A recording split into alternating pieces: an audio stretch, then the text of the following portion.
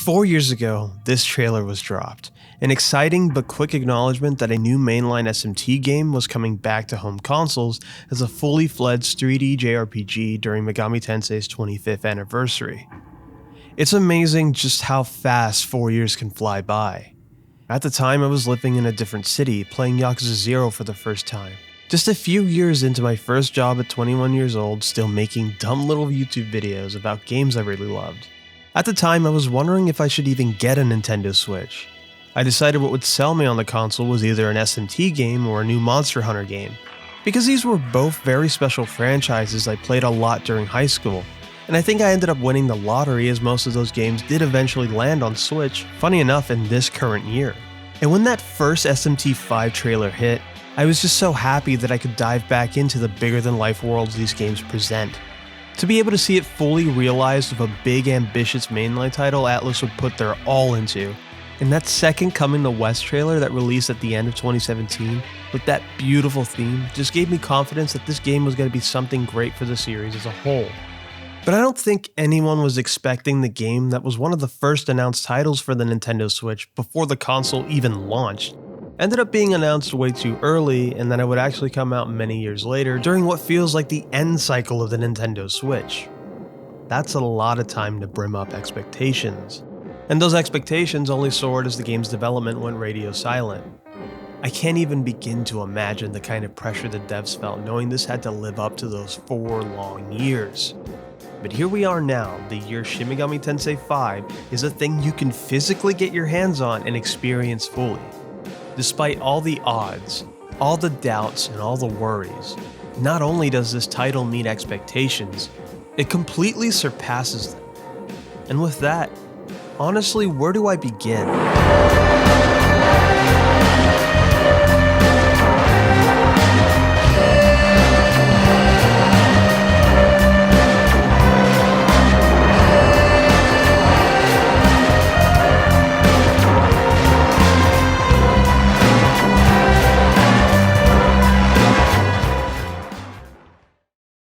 I'm still just kind of processing that Shin Megami Tensei V is actually here and I played it through its end. It's almost surreal. I was like 21 when this thing was announced and now I'm 26. Like writing this script and coming to that realization just messed me up, man. But this game is real and I did play it. And goddamn is this game just something special. SMT V takes the series back to a much more broad and overwhelming direction that fills you with those memories Nocturne did all those years ago. It's stripped back, letting its world invite you to its own hopelessness and beauty. And if I could describe this game's atmosphere in one word, that word would be dreadful. We don't get to see the world collapse as demons slowly infest our spaces. We don't get to see humanity's struggle to have a foot in the war between demons and angels. Humanity, for the most part, has already been wiped. The god everyone worshipped is dead. And the only fragment left of humanity in Shin Megami Tensei V is one final miracle left by the creator. That miracle being a living memory of Tokyo and its people 20 or so years ago. With that miracle fading, the world is bound to be reshaped by the ones who are the mightiest, and everyone wants to prove that they can fill in those shoes. I feel like this premise was just so goddamn good. We take the role of a Nahobino, a condemned entity denied by the creator, as Nahobinos have the strength to reshape the world to their own desires. And that important choice we make of the world's fate is one the player must make alone. I really like this idea, and I think SMT V for the most part manages to execute it well.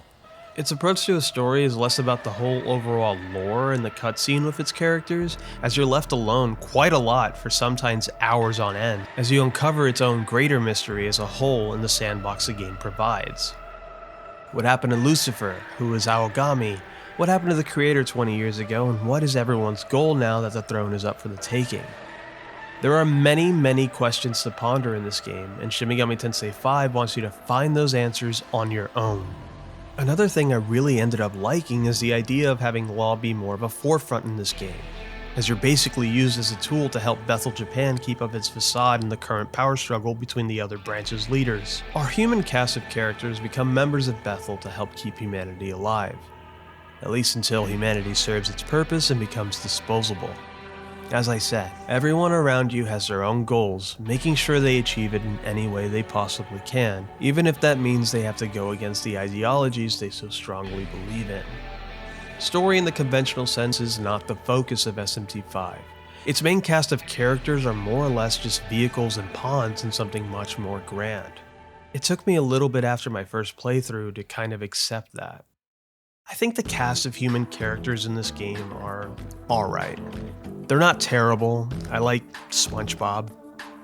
He's precious. At least before he does this.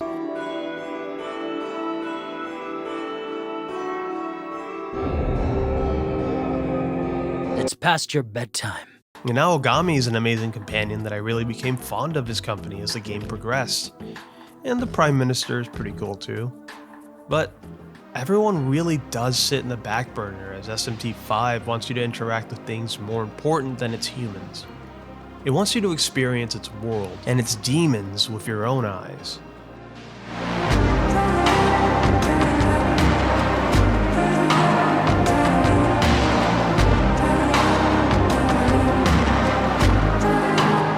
SMT V being a fully fledged 3D game could have been a mess.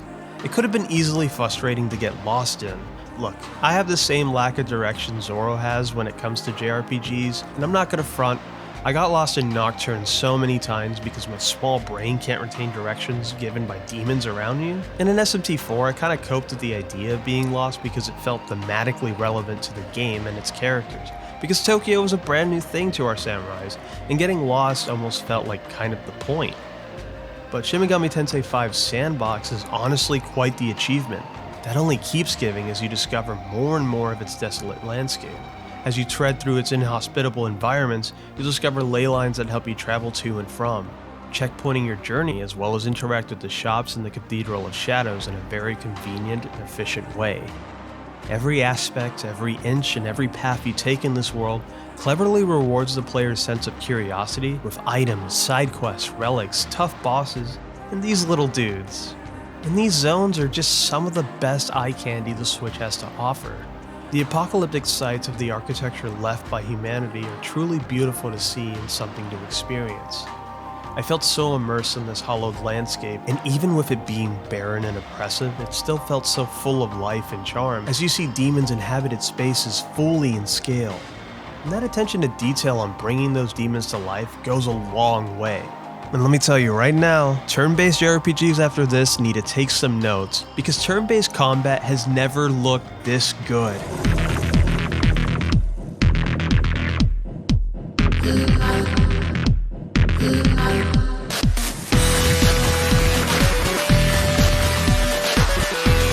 We can all agree that combat has always been so satisfying in this series, and SMT V builds on that combat system by adding essences.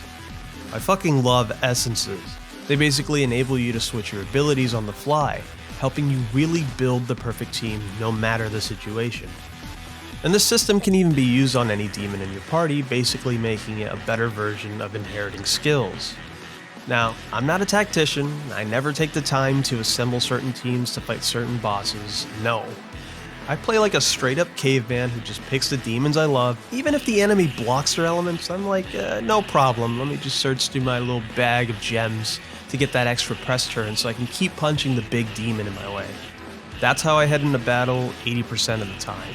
Every move is improv and every press turn or miss is a life and death situation. So when it ends up working in my favor and I beat them with just brute force and brass tacks, I'm left feeling like, holy shit, that actually worked. And I love that essences allow that sort of self-expression. And speaking of self-expression, I am still in absolute awe in just how realized these demons have become in this game.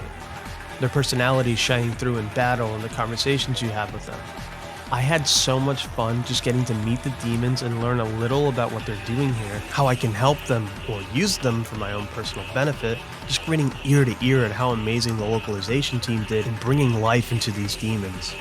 This has always been the true draw to these games for me, and it's a pleasure to see it at its absolute best here, even in its boss battles. The boss battles in this game feel like ferocious battles of attrition, each of them so unique and creatively executed, and the music, man, the music behind them acts as such a big narrative tool.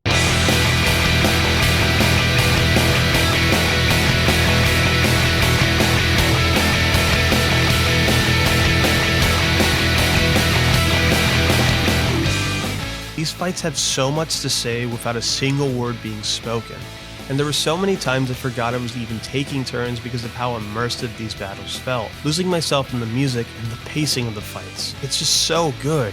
Everything is completely synchronizing mechanically and sonically that you don't even realize just how long these fights can get. I love that negotiations aren't as random as they used to feel, because now each demon feels so realized that when you speak to them, you kind of get an idea of how to interact with them and convince them to join you. I think what caught me off guard in a completely positive way was how this entry tackles side quests. Side quests are how you get the most out of this game. So many of them add context to the narrative as a whole that it's almost a shame that these are completely optional. I did plenty of them during my first playthrough, and I still missed out on some great ones. Plenty of them are busy work, yeah, where you get simple rewards from simple requests, but the real interesting ones are the ones that put you in a moral dilemma. This is where SMT V's alignment choices reside. These quests feel so intimate because of their simplicity in asking the player the question, what side will you choose? And honestly, most of these conflicts are the most human element in this game.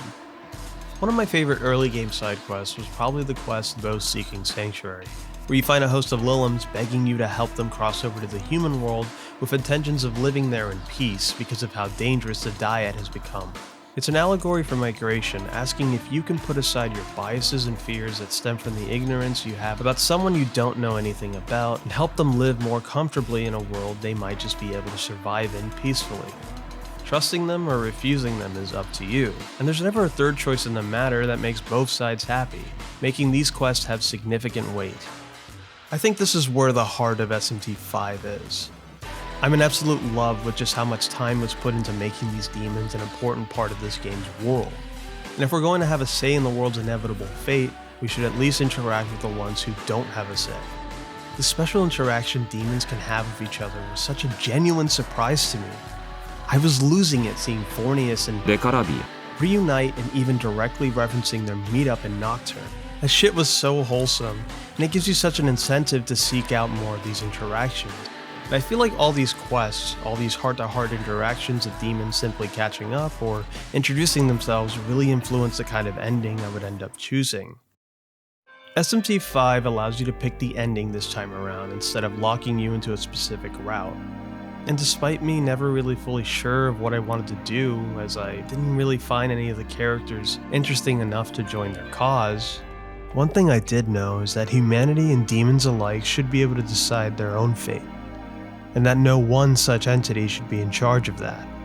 Destroying the throne felt like the right conclusion to me, as humanity will always find a way to survive.